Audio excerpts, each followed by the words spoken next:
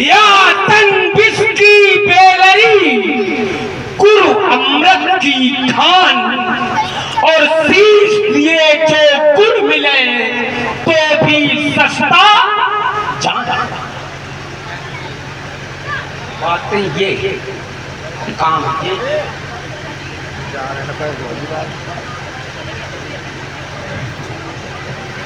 अगर शीश देने से भी गुरु मिल जाए, शीश देने से भी गुरु मिल जाए तो गुरु सस्ता है। और यहाँ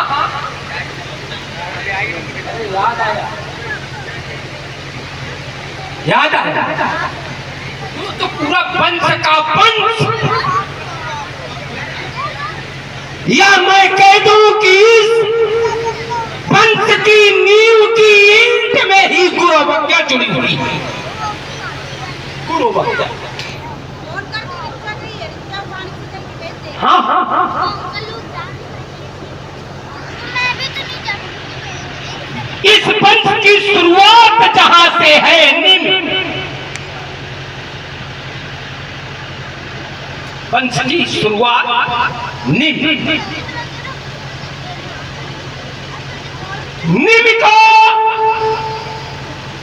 उनके गुरु वशिष्ठ ने, नींव भी कहीं और से नहीं शाक वंश से ही है, अर्थात रघुवंश शाक वंश, उसी वंश से नींव। तो नींव ने वशिष्ठ को स्थापित, वशिष्ठ ने नींव को जब स्थापित किया तो नींव ने भी वशिष्ठ को स्थापित कर दिया। अर्थात गुरु ने यदि शिष्य को अपमानित किया तो शिष्य ने भी गुरु को अपमानित कर दिया, वो बिल्कुल बराबर से अपमानित किया। वशिष्ठ ने नींव को स्थापित किया, तुम्हारा शरीर गिर जाए, तो नींव ने भी वशिष्ठ को स्थापित किया, तुम्हारा शरीर गिर जाए। अब इससे बड़ा विश्व में गुरु अवज्ञा का दूसरा उदाहरण,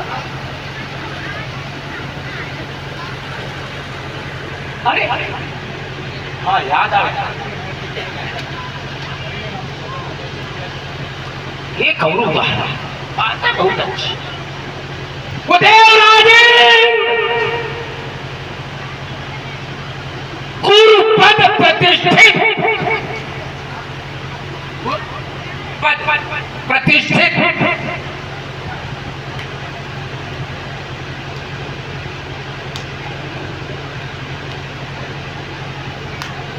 देवगुरु बृहस्पति को अपमानित करके देवलोक छोड़ने के लिए विवश कर देता था देवराज। ठीक है, हाँ, उस रिक्त स्थान की पूर्ति के लिए, रिक्त स्थान की पूर्ति के लिए त्वष्टा के पुत्र, जिनका एक नाम त्रिसरा, दूसरा नाम विश्वरूप को उस पद पर प्रतिष्ठित किया जाता है। देवराज इंद्र उनका भी शीश काट देते हैं। अब इससे ज्यादा देवगुरु की महिमा कौन कह सकता है? गुरु का शीश काट रहा है, कोई गुरु को शापित कर रहा है, तो कोई गुरु के आयुध के साथ खिलवाड़ कर रहा है। अरे को तो गुरु का पत्रवाहक बना के भेज रहा है। सतानंद तब जनक बुलाए और कोई सम्मान नहीं, कोई प्रणाम नहीं, कोई अभिवादन नहीं। कौशिक मुनि पहि तुरंत, अब इससे ज्यादा गुरु का सम्मान हो ही नहीं सकता। और बातें या तन बिस्की बेररी गुरु अमृत कर जाए तो हुई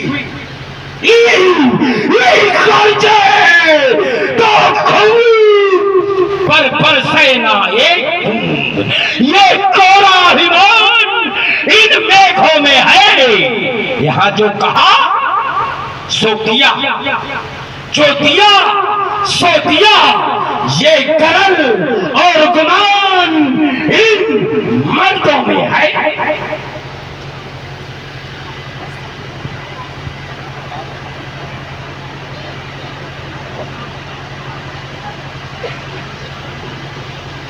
मिथिला समाज में सम्मानित दशरथ जी का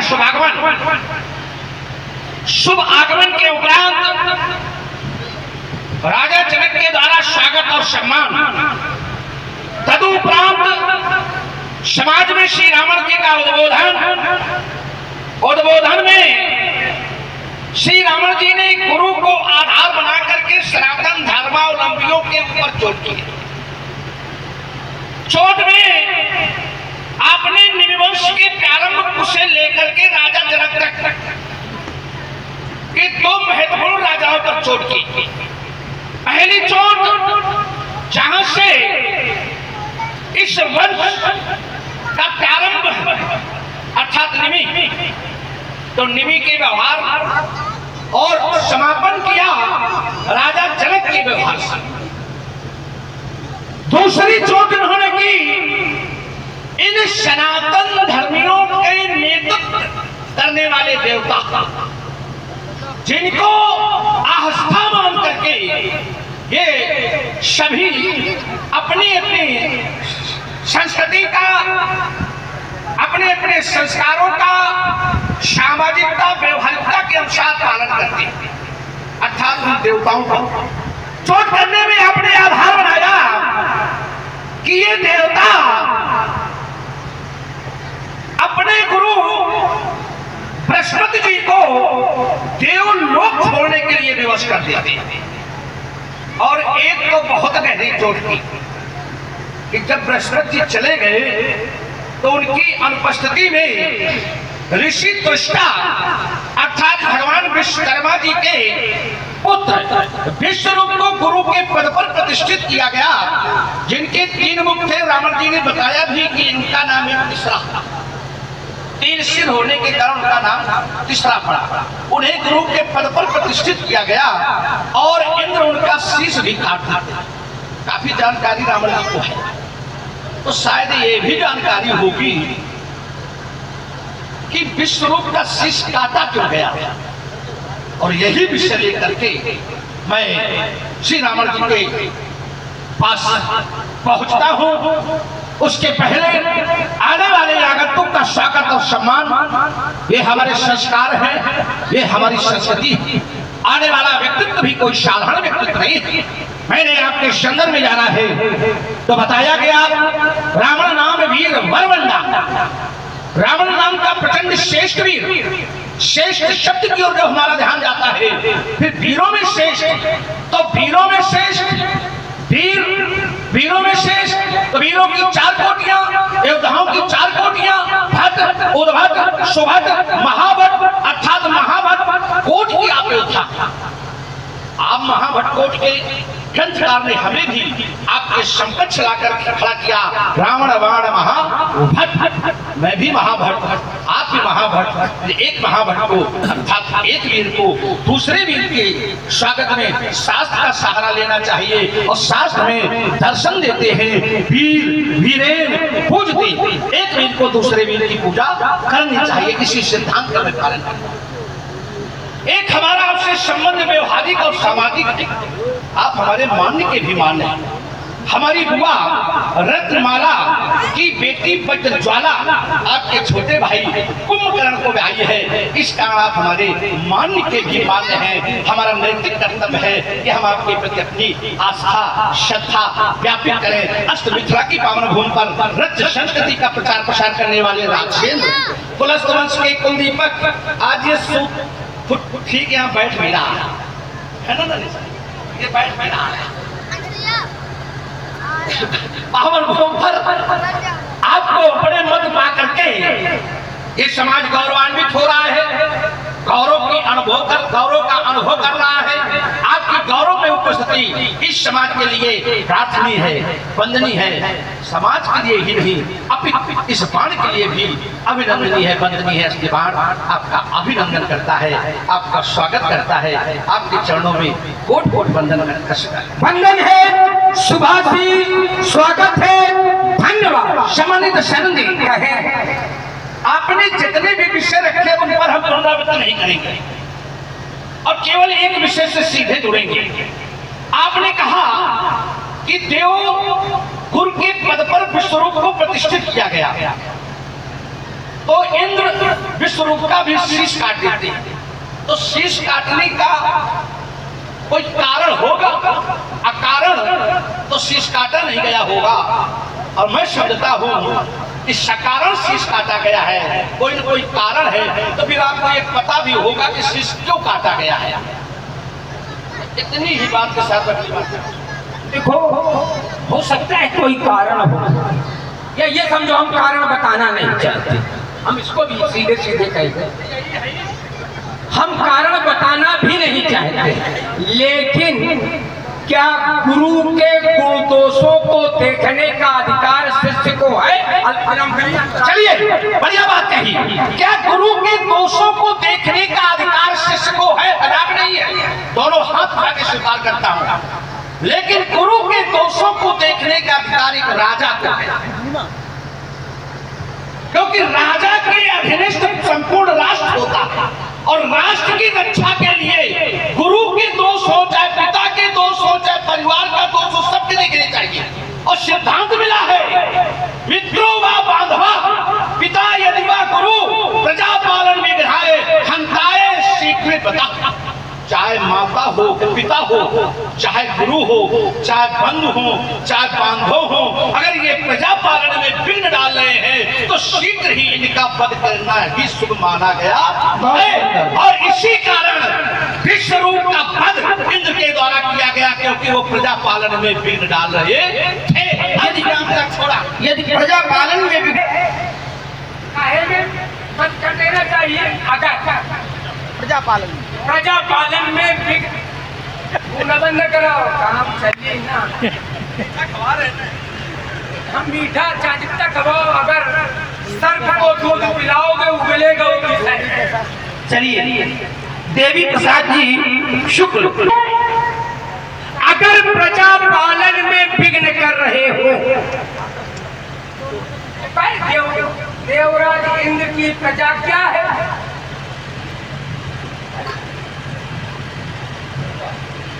दैवाधीनम जगत सर्वम, संपूर्ण विश्व है।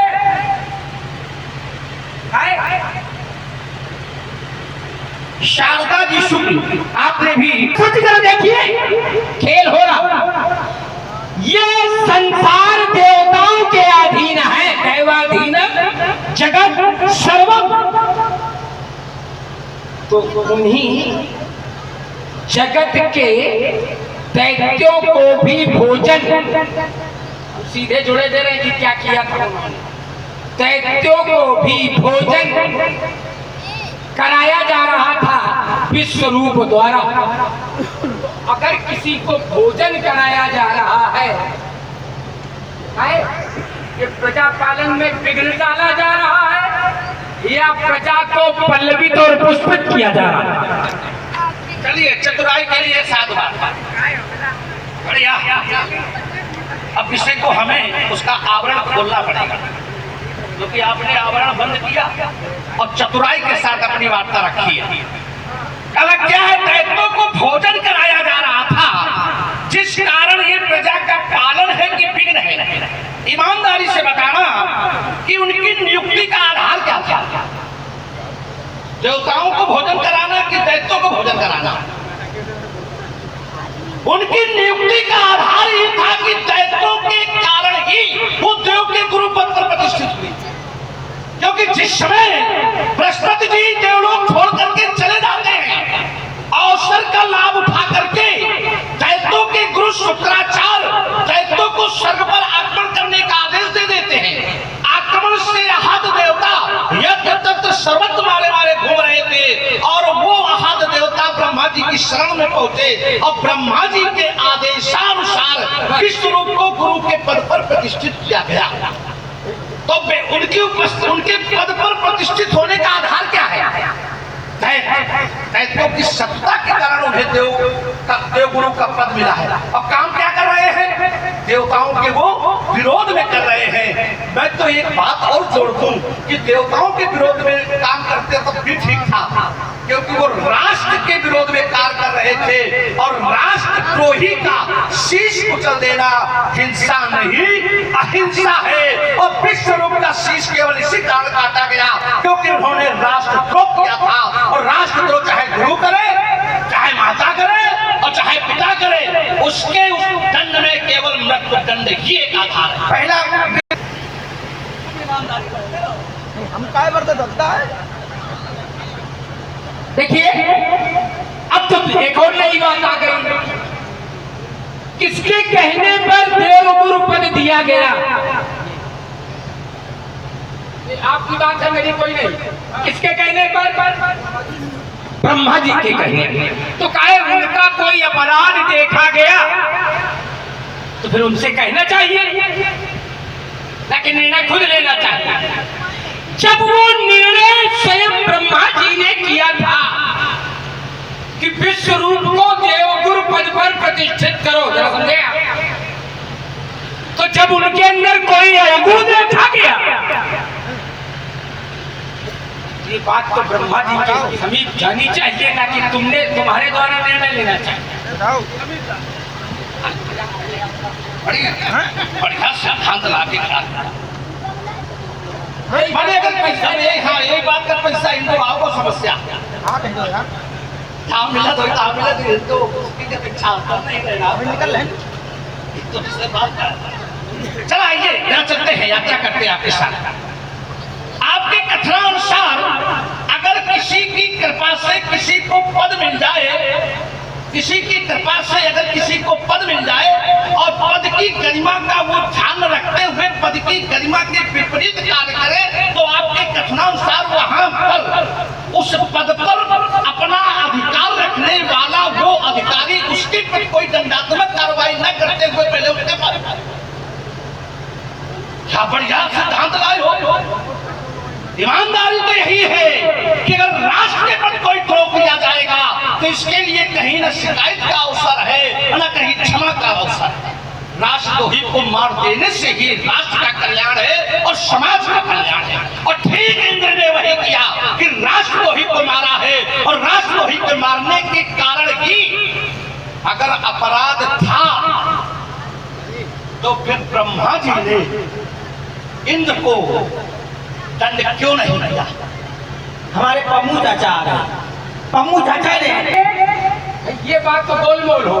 बोल सीधी हमारी सीधी नहीं, बोल तो अगर बोल तो तुम कर रहे हो, नहीं हम तो भी सीधे का हमने सीधे बात रखी थी कि अगर किसी की कृपा से या किसी के अनुसार किसी को कोई पद दिया जाए और उसके द्वारा उस पद का उचित निर्वहन न किया जाए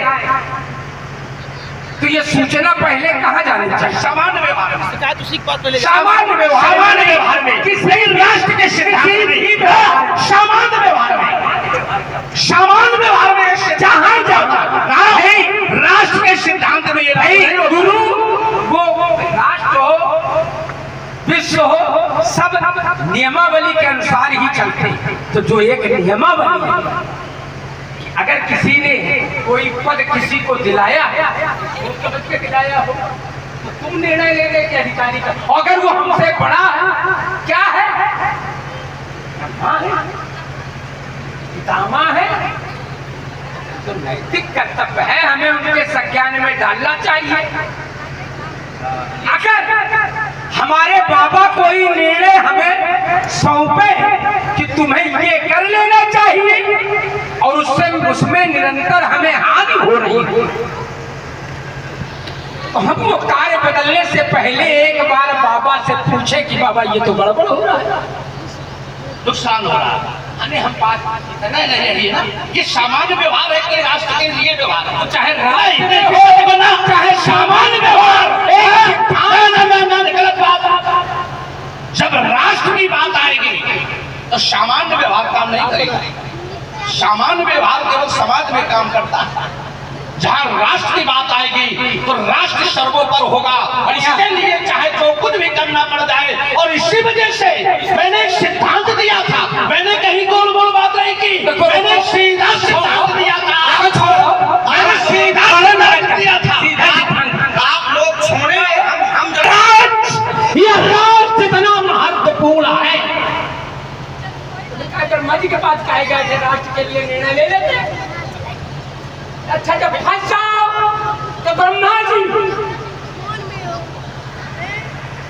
और जब मारना हो तो हम खुद हैं। हो गई। अरे चलिए थोड़ी देर के लिए आपकी बात मान लें, चलिए थोड़ी देर के लिए माने तो मानने योग्य नहीं है क्योंकि खूब घुमा रहे हो और बड़ा सावधानी पूर्वक चल रहे हो, बिल्कुल कहीं सा सावधानी नहीं घटा रहे हो। नहीं हम जानते हैं, हम तो रुक जाओ, परेशान ना हो। सावधानी तो दुर्घटना घटी, इस वजह बड़े सावधान होने के चलिए हम अगर मान ले थोड़ी देर के लिए आपकी बात, तब ये मानने योग्य नहीं है क्योंकि मैं सिद्धांत दे रहा हूँ और तुम केवल वार्ता दे रहे हो। मैं सिद्धांत से बात को काट रहा हूँ, आप वार्ता से काट कर चलिए, कोई भी बात नहीं, वो किसे अलग है। अगर ये अपराध था तो ब्रह्मा जी को दंड किसे देना चाहिए? किसे देना चाहिए? इंद्र को दंड देना चाहिए। अगर ब्रह्मा जी के पद का, ब्रह्मा जी की गरिमा का ध्यान नहीं रखा गया तो दंड ब्रह्मा जी को, इंद्र को देना चाहिए। लेकिन ब्रह्मा जी ने इंद्र को, आइए एक बात और उसी क्वेश्चन से जोड़ रहा, आइए देखिए फिर क्या हुआ। इसी नहीं रुकाओ, अभी भी देखो दूसरी से दोनों बातें जुड़ेगी। इतनी जल्दी आप समझ रहे हो, सोचे होंगे। अभी रुको, अभी दोनों बातें लेते जाओ, लगन तो नहीं करे, रुको। आइए एक बात मैं जोड़ रहा हूं, अगर समझना, इंद्र को मारने के लिए विश्वरूप के पिता त्वष्टा ने एक यज्ञ किया और यज्ञ से इंद्र को मारने के लिए पुत्र प्राप्त किया, समझना। और जिस समय वो पुत्र प्राप्त हो गया जिसका नाम था वृत्तासुर, और वृत्तासुर और इंद्र का युद्ध हो रहा है, तो अगर इंद्र ने अपराध किया था तो सभी को मिलकर के वृत्तासुर का समर्थन करना चाहिए था। समझना हमारी बात। अगर इंद्र अपराधी है तो इंद्र के विरोध में त्वष्टा ने पुत्र को जन्म दिया था कि इंद्र को मारने वाला पुत्र पैदा हो।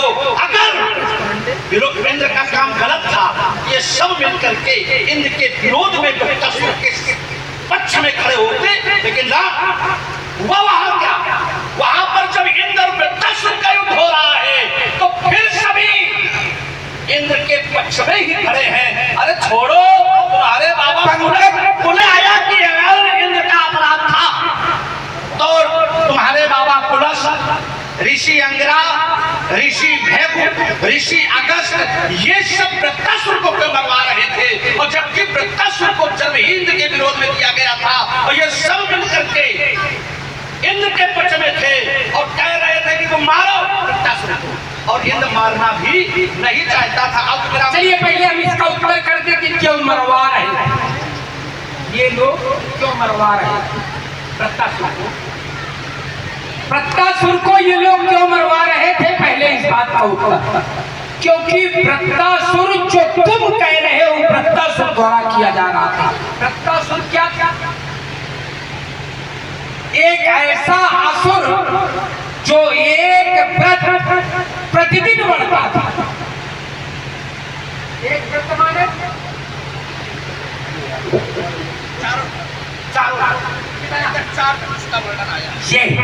चार धनुष चारों तरफ प्रतिदिन बढ़ता था।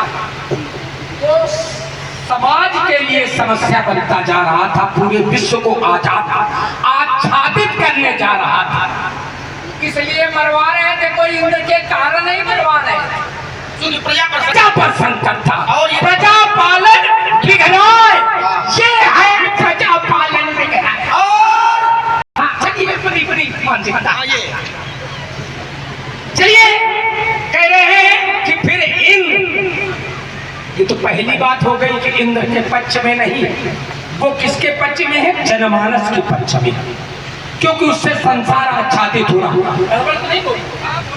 चलिए दूसरी बात, हाँ जब विश्वरूप का वध हुआ तो इंद्र को दंड मिला मिला मिला मिला, यही तो हम उस समय सोच रहे थे होगा। ये इंद्र को दंड मिला, ब्रह्म हत्या लगी। बहुत सुंदर, ठीक है, ये ब्रह्म हत्या लगी। अरे सुनो, फिर दया कीन गए इंद्र पर। वो ब्रह्म हत्या 4 भागों में बांटी गई।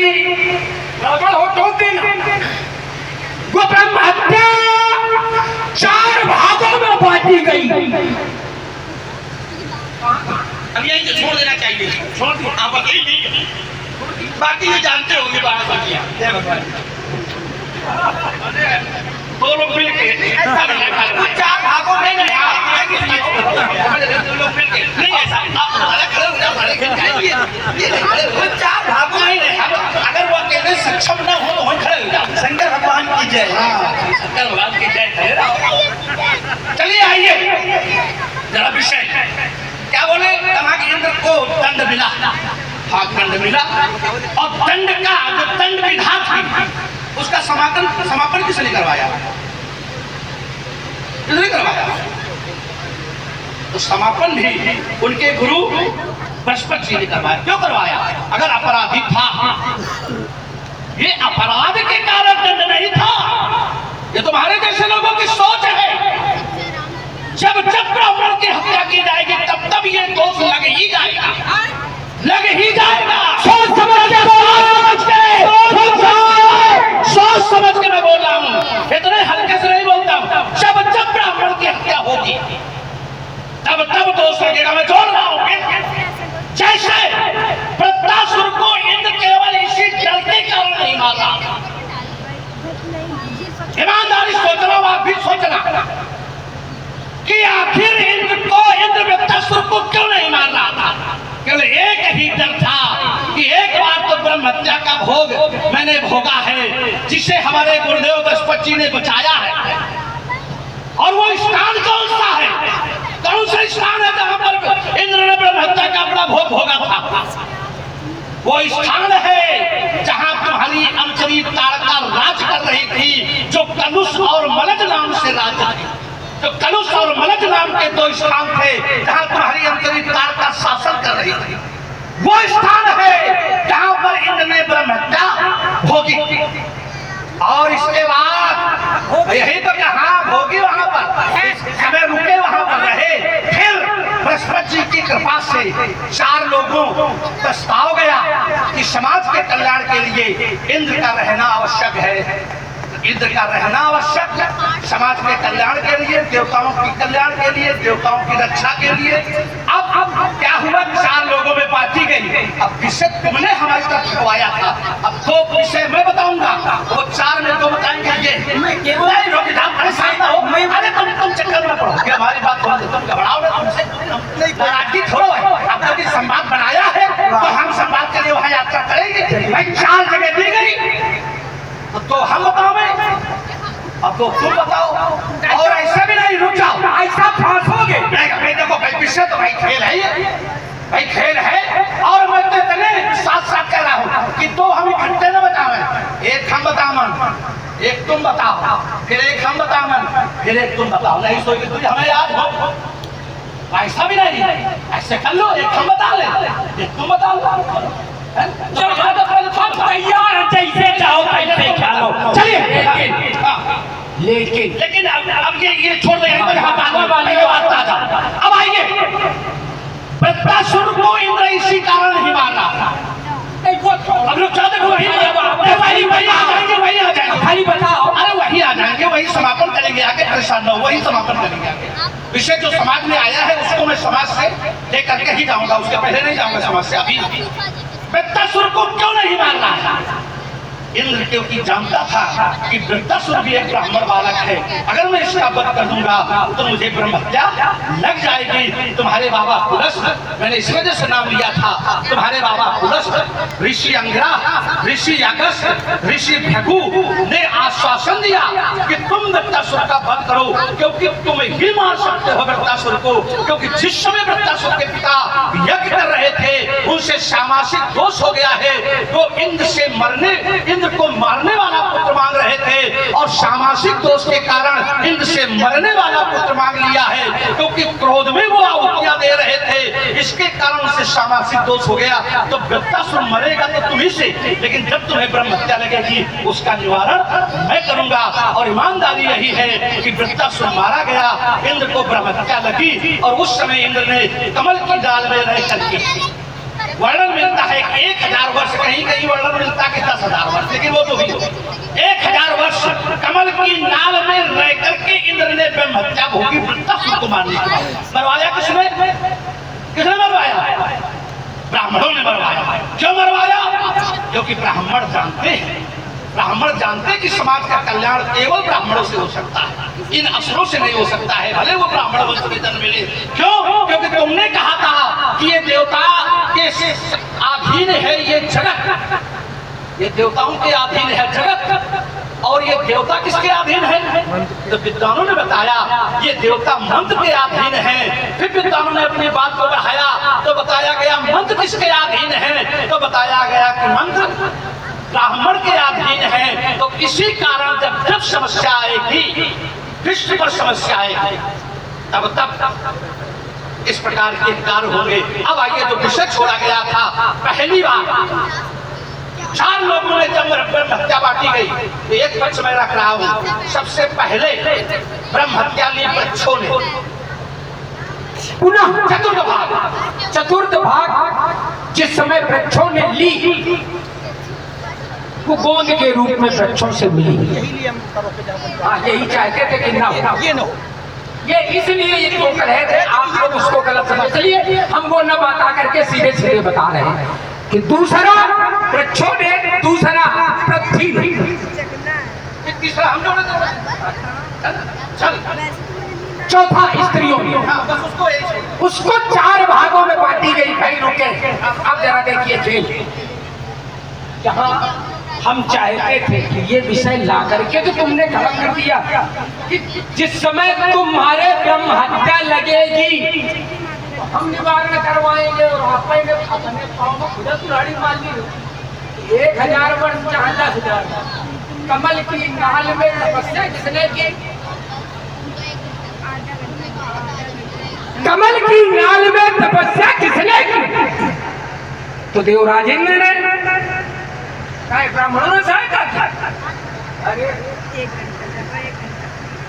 अच्छा, एक बात सुनता देखिए, हमारी बात अभी आई, साधारण सी बात मैंने पूछी थी। जब बात ये थी किसका निवारण हम करवाएंगे, आप देखिए, आपने कहा था कि अगर ब्राह्मण, कोई भी ब्राह्मण की अगर हत्या हुई से ब्रह्म हत्या लगी, मैं बता रहा हूं, लक्ष्मी की मां भगुपत्नी का वध विष्णु द्वारा किया गया। ब्रह्म हत्या लगी, तो ब्राह्मण की हत्या होगी तो लगेगा। देखिए, ये विषय अलग हो गया। स्त्री को धर्म और जात से नहीं बांटा जा सकता। स्त्री ना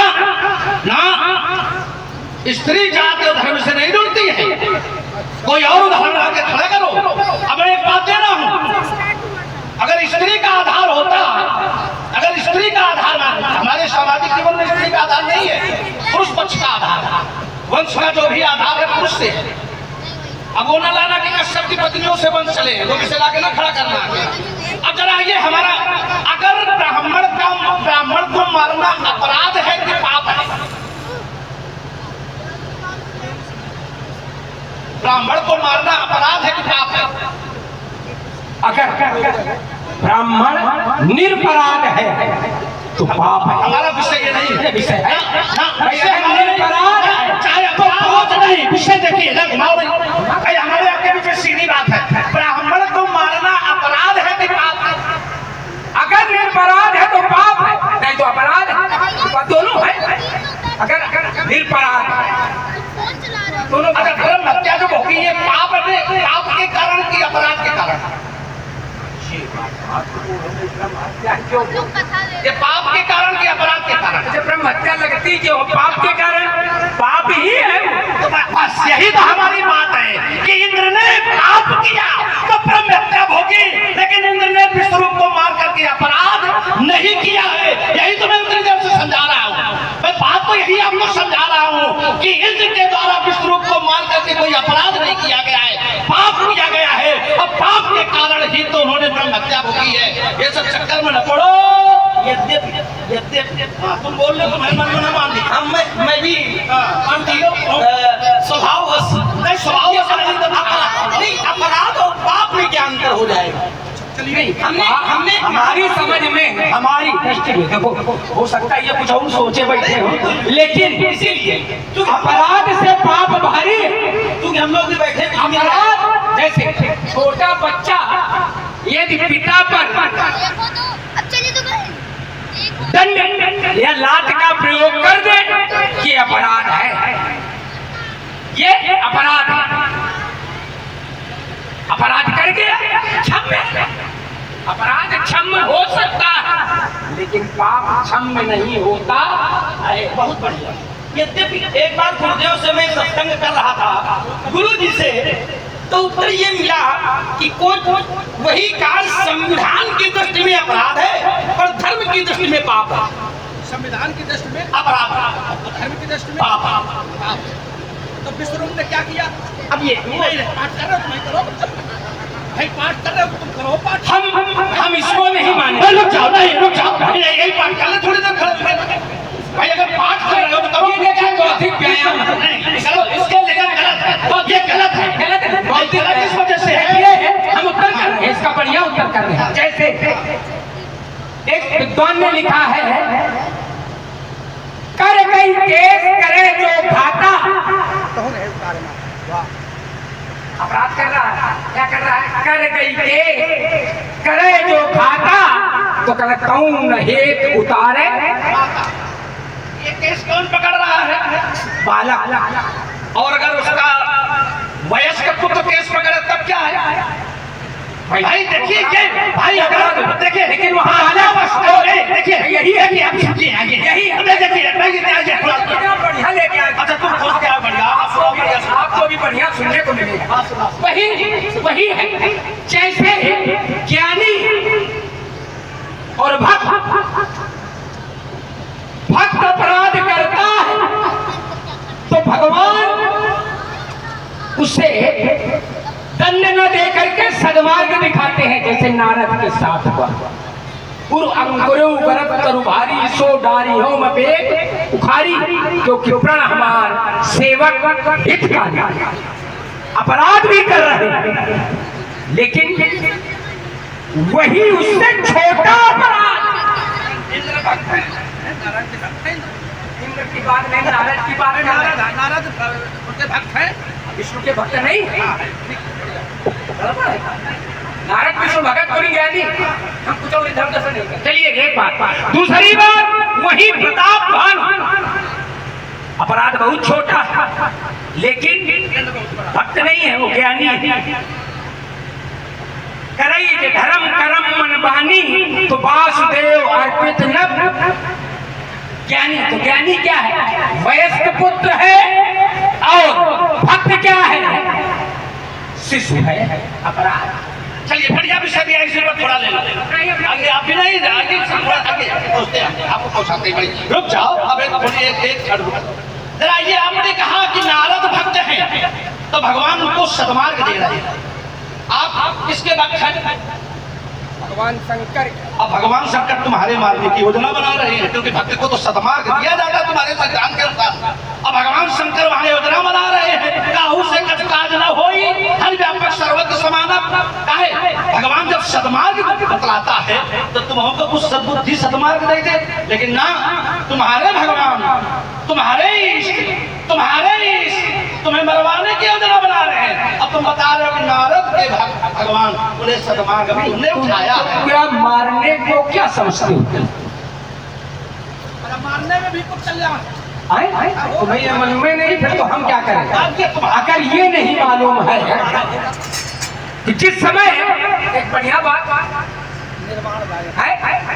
क्यों हुआ? बात हो गई, अब कुछ नहीं मारने में कल्याण है,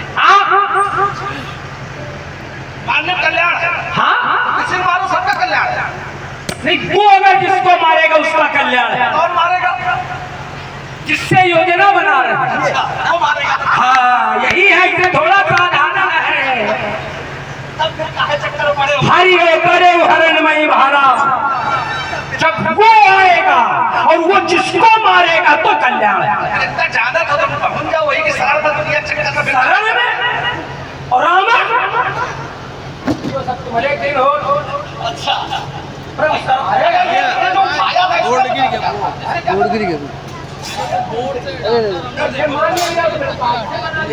देख रहे ऊपर से निकाल रहे हैं। ये टूटेगा चापे पारा मिथिला में, तो त्रिभुवन का रूप में बचाएगा, ये फंसेगा धरासन में। और चंडी लगी पर साची ना जाए, भारत मन का भाग छूट जाएगा। ये झटके की चंदास मेरी तो शत्रुओं के रथ का नशा बन जाएगा। ये कुलदीप सिंह जी राजावत बाणासुर जी के बहुत ही सुयोग्य अभिनेता। आपने 50 मुद्राएं सुंदर अभिनय पर प्रसन्न होकर के दोनों महान भावों के श्री चरण कमलों में प्रदान किए। कोट कोट धन्यवाद। वो जो काजू बादाम की प्रक्रिया भेजी जाती है वही का जो प्रभाव है, समझ ले, हम सब उसी का ये प्रभाव है। इतना शंभर में हम पे उसका हमारे ऊपर भी है, वो हिस्सा हमें भी मिल जाता है ना, वो उसका हमारे ऊपर भी है। तेरा शब्द बाम पे का पार हुआ और किसी पीर के दारागत को ये प्रत्यक्ष सत्कार हुआ तो करने हजारे अपसत वो वंदाई परम न पाएगा। उसके शौर्य को गर्व बना ये बात स्वयं दी जाएगा। उसमें हो जाओ तुम सावधान, अब भेद नहीं चल पाएगा। और सीता के वर के चैन है तेरे मस्तक पर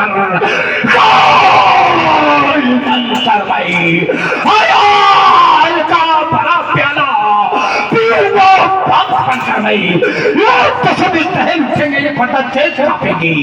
हिमालय हो सही कई की शक्ति लौकिक है बड़ा दीवार भूतल पर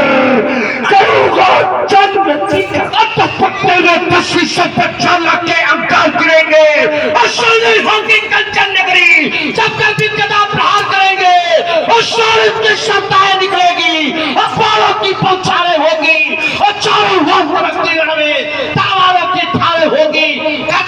प्रदर्शन होगा। मैं कहता ललकार सभा में बहुत